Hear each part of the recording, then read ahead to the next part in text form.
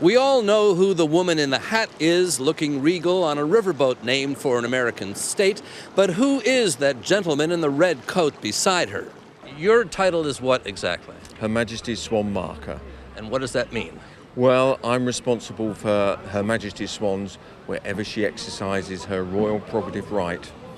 And Her Majesty exercises her royal prerogative over a lot of swans. In fact, she does have a right to own any swan in the United Kingdom, swimming in open waters and swans that are unmarked.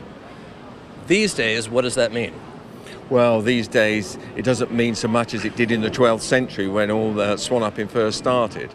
Swan Upping, an 800-year-old tradition by which the swans on the River Thames, in the royal neighbourhood upstream of London, are counted, marked in the old terminology, hence the Royal Swan Marker, who this year performed the annual ritual for the first time in the presence of the royal swan owner. Are they the same family? No, different families. Yeah. It takes a week for the Royal Swan Marker and the Royal Swan Warden and all the Royal Swan Uppers to count all the swans, many of which used to be destined for the royal banquet table. These days, even queens don't eat swans. The titles haven't changed over the centuries, but the royal diet apparently has. With swan now off the menu, this is less about cooking than it is about counting.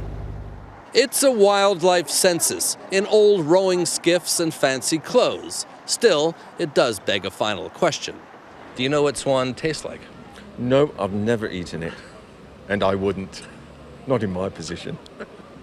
Tough, stringy, and a bit fishy, they say, luckily for the swans. Mark Phillips, CBS News, with the Swan Uppers on the River Thames.